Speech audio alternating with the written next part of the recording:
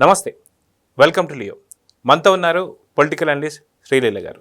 నమస్తే అండి. నమస్తే అండి. మనం చూసుకుంటే లిక్కర్ స్కామ్లో ఆది అంతం తనే అని చెప్పేసి అన్నట్టుగా ఉంది విజయసాయిరెడ్డి పరిస్థితి. వాస్తవానికి కాకినాడ సీపోర్టుకి సంబంధించి సెజ్కి సంబంధించినటువంటి ఒక దాని మీద విచారణకు పిలిచినటువంటి ఒక సిట్ అధికారులకి కీలకమైన అంశాలు గుర్తు చేశాడు విజయసాయిరెడ్డి.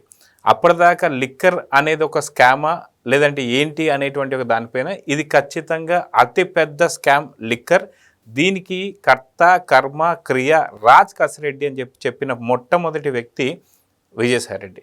అయితే ఇప్పుడు ఏదైతే జూలై 2వ వారంలో హైకోర్టుకి ఇప్పుడు ఛార్జ్షీట్ అందించబోతున్నటువంటి ఒక సిట్ అధికారులకి లాస్ట్ అండ్ ఫైనల్గా అంతిమ లబ్ధిదారు పేరు చెప్పబోతున్నాడా విజయసాయిరెడ్డి అంటే అవుననే సమాధానం వినిపిస్తుంది. సో శనివారం ఉదయం 10 గంటలకి రావాలని చెప్పి నోటీసులు అందుకున్నారు. అది మనం చూసుకుంటే సాక్షిగా మాత్రమే.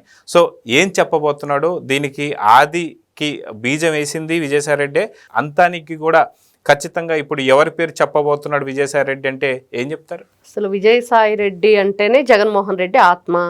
మరి ఆ ఆత్మ ఇప్పుడు జగన్మోహన్ రెడ్డిని విడిచి వెళ్ళిపోయిన తర్వాత అతని అడుగులు ఎటువైపు వేస్తున్నాడు, ఏం చేస్తున్నాడు అంటే మనకెవరికి తెలియదు. ప్రజెంట్ అతను అసలు ఎక్కడ కూడా తన ఫేస్ అనేది మనకు కనిపించట్లేదు, తన మాట అనేది లేదు. వాళ్ళ పార్టీలో కానివ్వండి, పబ్లిక్లో కానివ్వండి, ఎక్కడా కూడా. కానీ ఈ రోజున A5గా ఉన్నాడు, నిందితుడు కదా ఇంట్లో ఇతను. కానీ సాక్షిగా ఈ రోజున పిలుస్తున్నారు. ఇంతవరకు అతన్ని ఎప్పుడు కూడా అరెస్ట్ చేయటం కానీ, నోటీసులు ఇవ్వటం కానీ, కేవలం విచారణకు మాత్రమే పిలుస్తున్నారు. కానీ వాళ్ళ ఇంట్లో పెట్టిన మీటింగ్ కానివ్వండి, హైదరాబాద్లో తాడేపల్లిలో పెట్టిన మీటింగ్ కానివ్వండి, అన్ని విషయాలు చెప్తున్నాడు. కానీ అతను కూడా ఇప్పటి వరకు మనం వింటున్నాం. ఫస్ట్ రాజ్ కసిరెడ్డి పేరు చెప్పాడు, ఆ తర్వాత ఎవరెవరు మీటింగ్లో ఉన్నారో చెప్పాడు. మరి మిథున్ రెడ్డి పేరు కూడా ఇతనే చెప్పాడు. కానీ మిథున్ రెడ్డి ఏమన్నాడు, అసలు నాకు సంబంధమే లేదు, నేను ఎంపీగా ఉన్న వ్యక్తిని, నాకేం అవసరం ఇక్కడ లిక్కర్ స్కామ్లో అని చెప్పేసి అతనేదో తప్పించుకునే ప్రయత్నం చేశాడు. అయినా కూడా సాక్ష్యాధారాలతో సహా దొరికిపోయాడు. ఇక్కడ మనం చూస్తే 11 మంది అరెస్ట్ అయ్యి ఉన్నారు. దాదాపుగా 40 మంది వరకు కూడా ఏ పార్టీ వరకు నిందితులుగా దీంట్లో చేర్చబడి ఉన్నారు. ఎన్ని విధాలుగా వీళ్ళు ఈ లిక్కర్ స్కామ్లో ఈ మూటలు ఏవైతే ఉన్నాయో అవి ఎక్కడ చేర్చారు, ఎక్కడ ఉన్నాయి, అంతిమ లబ్ధిదారుడి కోసం ఈ వేటంతా. అసలు నిజంగా ఒక ఏదైతే మనం మూవీ చూస్తాం, ఆ మూవీని కూడా 10 మూవీలు తీసేట్లా కుబేరా మూవీ కూడా సరిపోదని అంటున్నారు దీని ముందు. అవన్నీ చూస్తూ ఉంటే మరి విజయసాయిరెడ్డి నిజంగా చెప్తాడా చెప్పడా? ఇంతవరకు ఆయన ప్రతిసారి విచారణ మనం చూస్తూనే ఉన్నాం. వచ్చినప్పుడల్లా ఏం మాట్లాడుతున్నాడంటే ఏదో చెప్తూనే ఉంటున్నాడు, కానీ ఏంటనేది మాత్రం ఎవరికి అర్థం కావట్లా.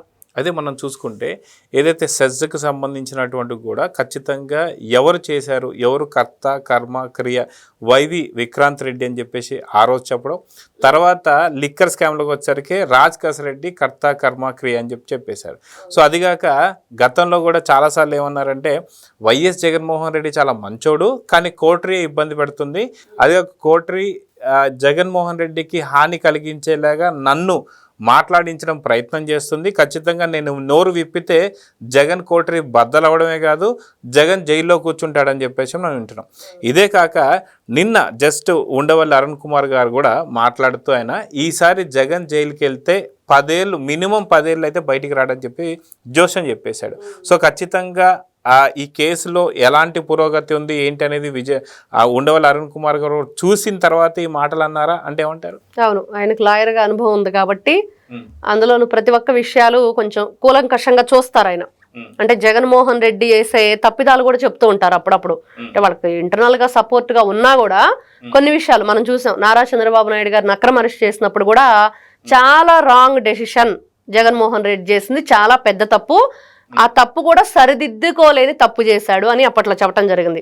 ఖచ్చితంగా ఆ ప్రకారం చూసుకుని నిజంగా సరిదిద్దుకోలేని తప్పు చేశాడు జగన్మోహన్ రెడ్డి. ఆ శిక్ష ఇప్పుడు వాళ్ళందరూ కూడా అనుభవిస్తున్నారు. ఏంటి అంటే 11కు పరిమితమై ప్రజలందరూ కూడా అందరినీ ఇబ్బంది పెట్టాడు.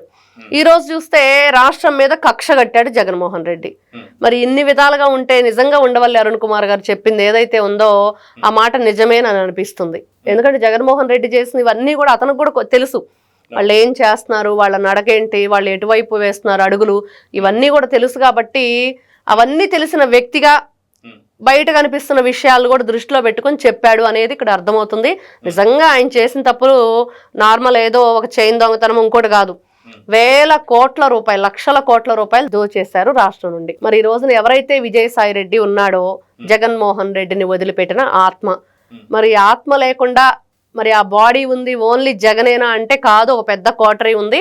ఆ కోటరీ వల్లే నేను ఆ బాడీని వదిలిపెట్టి బయటకు రావాల్సి వచ్చింది.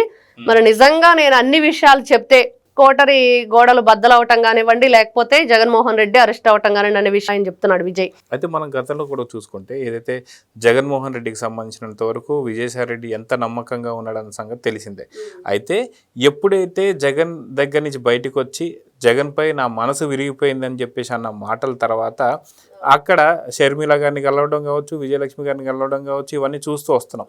ఇదొక ఎత్తు అయితే ఎక్కడైతే కేంద్రంలో కూడా జగన్మోహన్ రెడ్డికి సంబంధించినటువంటి ఒక అమిత్ షా గారిని కలవడం కావచ్చు, లేదా మోడీ గారిని కలవడం కావచ్చు, దాని తర్వాత ఎప్పుడైతే విజయసాయి రెడ్డి బయటకు వచ్చిన తర్వాత ఒక్కసారి కూడా కలవలేదు. దీనిపైన మిథున్ రెడ్డి కావచ్చు, వైవి సుబ్బారెడ్డి ఎన్నోసార్లు ప్రయత్నించినా సరే అపాయింట్మెంట్ కూడా దొరకడం లేదన్న సంగతి తెలుస్తుంది. సో ఖచ్చితంగా ఇప్పుడు విజయసాయి రెడ్డిని కోల్పోవడం అనేది జగన్కి చాలా భారీ దెబ్బ అనేది అర్థమైందా? సో విజయసాయి రెడ్డి ఖచ్చితంగా అరెస్ట్ చేయండి అని చెప్పి జగన్ని అడుగుతున్నాడా కేంద్రాన్ని అంటే ఏమంటాడు? ఇక్కడ జగన్మోహన్ రెడ్డికి అర్థమైనా కూడా బయటపడడు.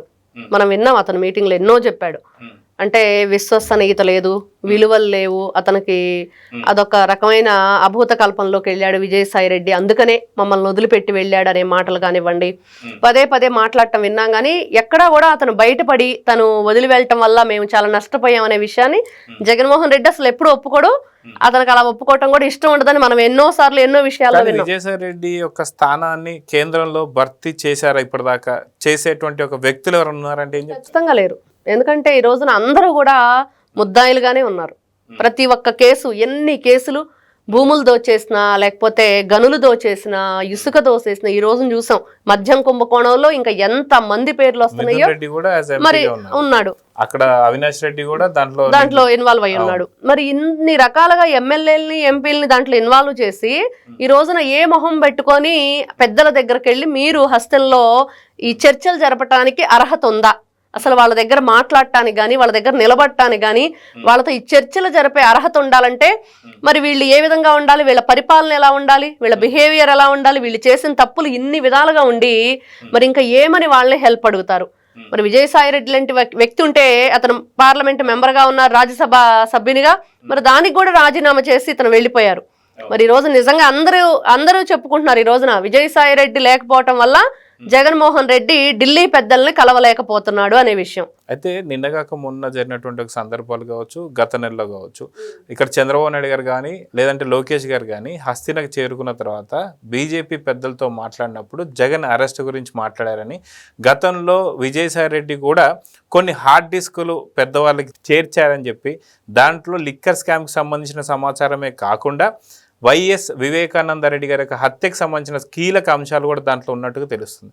సో ఇప్పుడు ఇవన్నీ ఉన్నాయి కాబట్టి జగన్మోహన్ రెడ్డికి అపాయింట్మెంట్ ఇవ్వలేకపోవడం కావచ్చు, అదేవిధంగా జగన్మోహన్ రెడ్డి అరెస్ట్కి కూడా బీజేపీ పెద్దలు సుముఖంగా గ్రీన్ సిగ్నల్ ఇచ్చారన్న సంగతి తెలుస్తుంది. సో నిజంగా ఒకవేళ జరిగితే ఏంటి పరిస్థితి అంటే ఏం చెప్తారు? నిజంగా జగన్మోహన్ రెడ్డి జే బ్యాచ్ ఏదైతే ఉందో అందరికి కూడా నారా చంద్రబాబు నాయుడు గారు కానివ్వండి, లోకేష్ గారు కానివ్వండి, ఇద్దరు కూడా కొంతమంది ఎవరైనా కూటమి ప్రభుత్వంలో ఉన్న వ్యక్తులు ఎవరైనా సరే, మంత్రులు కానివ్వండి, ఎమ్మెల్యేలు ఎప్పుడైనా సరే ఢిల్లీ వెళ్ళి అక్కడ భేటీ అయ్యారు అనగానే వీళ్ళ గుండెల్లో గుబులు మొదలవుతుంది, ఎప్పటికప్పుడే బిక్క చచ్చిపోతున్నారు. అప్పుడు వెంటనే వీళ్ళు కూడా ప్రయత్నం చేయటం, అక్కడ వీళ్ళకి ఎటువంటి రెస్పాన్సిబిలిటీ అంటే రెస్పాన్స్ అవ్వకపోవటం, ఇవన్నీ చూసిన తర్వాత ఇంకా భయం ఎక్కువైపోతుంది. అంటే అటువైపు వాళ్ళందరూ కూటమి, అందులోనూ ఈ రోజున కూటమిలో ఒక భాగం బీజేపీ, మరి ఖచ్చితంగా వాళ్ళందరూ కూడా వెళ్ళి మాట్లాడగలుగుతున్నారు. మా గురించి ఏం జరుగుతుంది, మాకు అపాయింట్మెంట్ దొరకట్లేదు, మా పరిస్థితి ఏంటి అనేది ఖచ్చితంగా వాళ్ళకి ఒక క్వశ్చన్ మార్క్ లో ఉండిపోయింది జగన్మోహన్ రెడ్డి అండ్ బ్యాచ్ కి అందరికి కూడా. మరి ఈ రోజును చూస్తే నిజంగా అరెస్ట్ విషయం అక్కడ చర్చించారా, నిజంగా జరగబోతుందా అంటే ఇంకా దాదాపుగా 670 అంటే ఏదైతే మద్యం షాపులు ఉన్నాయో వాటికి సంబంధించి జగన్మోహన్ రెడ్డి హయాంలో ఇంతవరకు లెక్కలు చేర్చలేదు. వాటి గురించి లెక్కలు తేల్చాల్సి ఉంది. అదేవిధంగా వీళ్ళు మద్యం తయారు చేసి అసలు అది నిల్వ చేసి ఇన్ని రోజుల తర్వాత మద్యం సరఫరా చేయాలనేది అది కూడా లేకుండా డైరెక్ట్గా వీళ్ళు తయారు చేయటం, మరి వాళ్ళకి ఇవ్వటం జరిగింది.